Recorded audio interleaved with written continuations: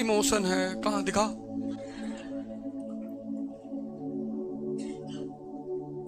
कहां है? नहीं मुझे अच्छी लगती है, कल अमेरिका जाओगे फिर कोई और अच्छा लगने लगेगा। क्या करते हो जी? भीख मांगते हैं।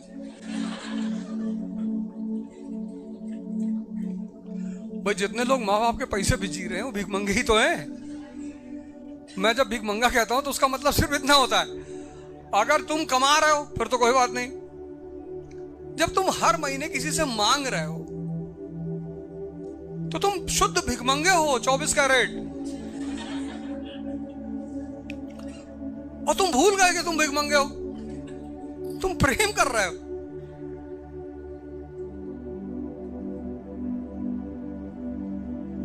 मूवीज देखते हो तो उसमें जो प्रेम घटित होता है वो शक्तिशाली आदमी से होता है। कोई आदमी 20 लोगों से लड़ गया, लड़की जा रही थी, किसी ने छेड़ दिया, वो लड़ रहा है, साइकिल से गोली रोक रहा है। मिथुन चक्रवर्ती की मूवी में यही तो होता था, वो बंदा साइकिल से गोलियां रोकता था, वो मतलब वो अलग टैंजेंट पे खेलता था वो। अच्छा उस वक्त की जनरेशन भी सिंपल सी जनरेशन थी तो सीधी सादी उसे अच्छा भी लगता था। वो सोचती थी कि यार ठीक ही तो है यार, रोक लिया होगा भैया। वो तो पीवीआर उवीआर का तो जमाना था नहीं, तो सिंपल सीधे साधे लोग हुआ करते थे, बीड़ी उड़ी लेके आगे बैठे हैं, उनको इसी में मजा आता था कि यार हमारे गांव में किसी लड़की नहीं छेड़ा, नहीं तो हम भी बचाते यार। तो अगर तुम मूवी देख के नहीं समझ पा रहे हो कि प्रेम कैसे होता है, कभी तुमने देखा कि कोई एक्ट्रेस जा रही है सड़क पे, कोई भिखमंगा है उससे प्रेम हो गया उसको? हो ही नहीं सकता। उसे जब भी प्रेम हुआ होगा किसी नोबल क्वालिटी से हुआ होगा, या तो वो पढ़ने में तेज रहा होगा। 3 इडियट में करीना कपूर को देखो, तुम 3 इडियट में करीना कपूर को देखो, सोचती यार इतना स्मार्ट लड़का कैसे हो सकता है। उसकी जो साइकोलॉजिकल मेंटल स्मार्टनेस है ना, हक में बिना मतलब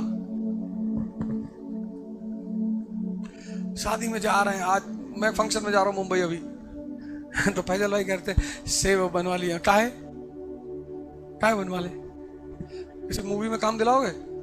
अरे नहीं, तब काहे बनवा ले, ऐसे ही चलेंगे। पान खाएंगे अभी बढ़िया मराठी वाला पान खाते हो जाएंगे। तो कल तक मैं जीन्स शर्ट पहन के आता था, आज लोअर पहन के आया हूं। अब इसके ऊपर गमछा डालेंगे, गाड़ी में रखा हुआ है, पान खाएंगे। तुम कीमती हो, तुम्हारा कपड़ा जूता तुम्हें हाइजीनिक होना चाहिए, साफ सुथरा होना चाहिए, नहाए धुए होना चाहिए। ऐसा नहीं 30 दिन नहीं नहाए, बगल में आके बैठे, सामने वाला बेहोश हो गया, ये सब नहीं होना चाहिए। तुम अपने आप को कीमती बना ही नहीं रहे हो। तुम कह रहे हो मैं कीमती घड़ी पहनूंगा, क्या करेगी वो घड़ी?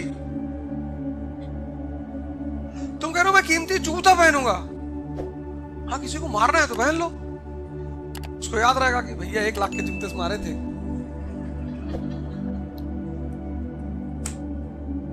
तुम्हें इस बात पे ध्यान नहीं कि तुम कीमती होने चाहिए, तुम्हें इस बात पे ध्यान है कि मैं कपड़ा कीमती पहन लूं। अब पहनो ना, क्या दिक्कत है, पर उससे पहले तुम्हारा ध्यान किस पे होना चाहिए कि तुम कीमती हो जाओ।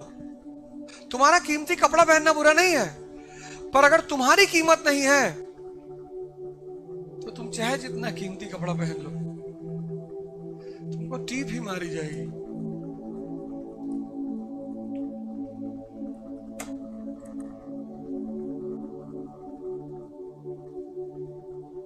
कह रहे लोग कि कोई मुझसे खुश नहीं है, लोग भगवान से भी नहीं है, उल्टा सीधे काम काहे कर रहे हो जिंदगी में?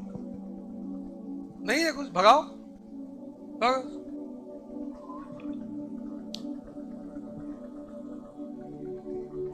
सबका ठेका लिए हो तुम। खुश हो ना अपने आप से? बहुत खुश है। 2-3 लोगों को खुश होना चाहिए, तुम्हारे माँ बाप परिवार खुश बहुत है, सबसे ज्यादा मैंडेटरी माँ बाप, बस वो होने चाहिए। तुम्हें पापा अगर चंद्रमा को देख के कह रहे कि सूरज चमक रहा है तो तुम कह लो डबल है, डबल। एक इधर भी है, थोड़ा सा आपको दिख नहीं रहा होगा, इधर भी है। क्योंकि उन्होंने जो तुम्हारे साथ कर दिया वो दूसरा कोई करेगा नहीं। जो भी तुम्हारे ऊपर 1 रुपया खर्चा करेगा वो तुमको टॉर्चर करेगा ना। फिर भरोसा हो तो आजमा के देख लो, प्राइवेट सेक्टर में नौकरी कर लो, पता चल जाएगा। 17 घंटा काम लेंगे सब और बीच बीच में फोन करते रहेंगे। My dear friend, my dear friend. Allahabad में लोग सिर्फ पढ़ते हैं, एक से एक पढ़ाइया हैं, क्लास में आके बैठ जाए तो टीचर परेशान हो जाए। एक बार हम गोरखपुर में क्लास ले रहे थे तो सरस्वती क्लासेस में, तो एक तरफ से लड़के एक तरफ से लड़कियां, वहां लड़के लड़कियों के साथ नहीं बैठने दिया जाता था। यार मैंने कहा भी कि यार साथ बैठना, अरे बोले गुरुजी पढ़वे नहीं करेंगे और बदतमीजी करेंगे अलग से। अरे मैंने कहा तब काहे तैयारी कर रहे हो आईएएस की? कुछ काम नर्सरी वर्सरी में किया जाता है। मैंने कहा तुम तैयारी करने वक्त लड़की स्त्री के पीछे हो, पुरुष के पीछे हो, तो तुम तैयारी मत करो, तुमसे नहीं हो पाएगा, हो ही नहीं पाएगा, गारंटी। तुम पहले फिर वही काम कर डालो, क्योंकि जिस दिमाग को किताब में लगाना वो लगेगा ही नहीं। तो उसमें एक लड़के ने हाथ उठाया, गुरुजी। मैंने कहा ये बताइए कि हुमायूं जो है किस दिन कौन से रंग का कपड़ा पहनता था? अब हमको पता ही नहीं। अब हर बात किसी को थोड़ी पता है। और हमसे क्वेश्चन पूछ के, मानो जैसे इधर बैठा है और तुम लोग इधर बैठी हो, तो हमसे क्वेश्चन पूछ के हमारी तरफ नहीं देख रहा, इधर देख रहा है।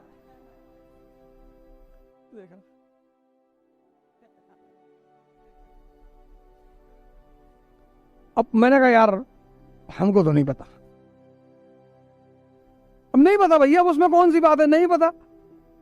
कोई आदमी सर्वज्ञानी थोड़ी है, हमको तो तरीका पता है इस खेल का।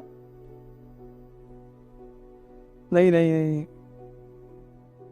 अच्छा ये बताइए कि अकबर जब पैदा हुआ तो अमावस्या थी कि पूर्णिमा थी? भैया यहां है लोग,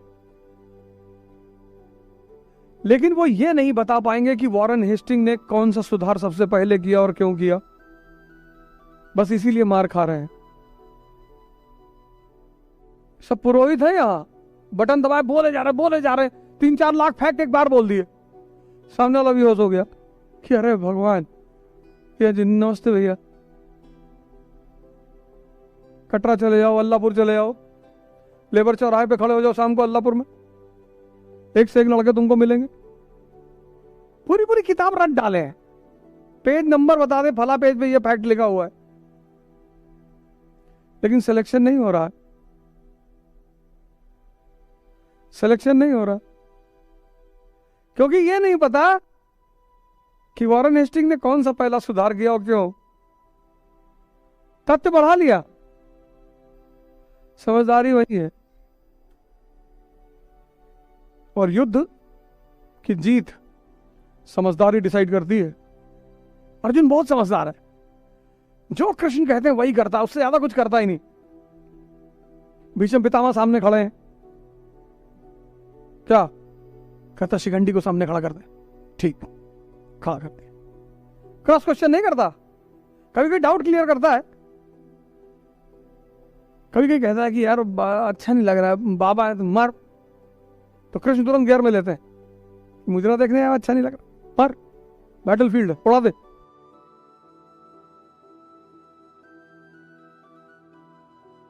युधिष्ठिर ना अनुकूल करते हैं, इसीलिए कृष्ण युधिष्ठिर के रथ पर सवार नहीं है, क्योंकि जानते हैं है ही नहीं, हम झूठ नहीं बोलेंगे, हम ये नहीं करेंगे। लेकिन अर्जुन सब कुछ करेगा, अर्जुन सब कुछ करेगा। जब चक्रव्यूह की रचना हुई तो भगवान अर्जुन को बाहर निकाल ले गए, तो अर्जुन ने कहा कि महाराज हमारे सिवा कोई जा ही नहीं सकता अंदर। भीम जानता नहीं, युधिष्ठिर जानता नहीं, नकुल सहदेव ये सब पहले गेट पे पिटाक चले आएंगे। बोले तुम्हारा बेटा तो जानता है, बोले वो घुसना जानता है। हाँ बोले जाने दो। जानबूझ के अभिमन्यु को मरवाया, जानबूझ के मरवाया। अभिमन्यु को मरवा के फिर एक लाइन से सबको मरवाया दूसरी तरफ। जब तक अर्जुन की नैतिकता जागे तब तो भगवान कृष्ण उससे कहे तेरे बेटे को देख कैसे बुरी तरह मारा था, ये बदतमीज उसके ऊपर दया खाए? बोले नहीं, बोले उड़ा दे।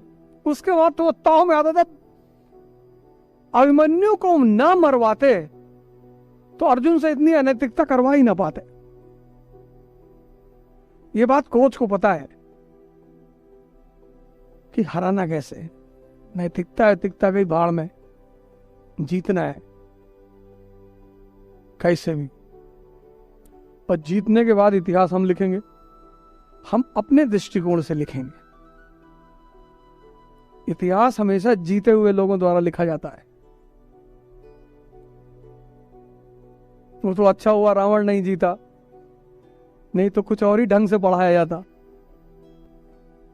इतिहास विक्टोरियस लोगों की कहानियां हैं, और विक्टोरियस लोग डिफीटेड लोगों के बारे में उल्टा सीधा लिखेंगे कि भगवान राम समंदर के सामने पहुंचे, समंदर कांपने लगा, पता नहीं कांपा कि नहीं कांपा, हमें क्या पता।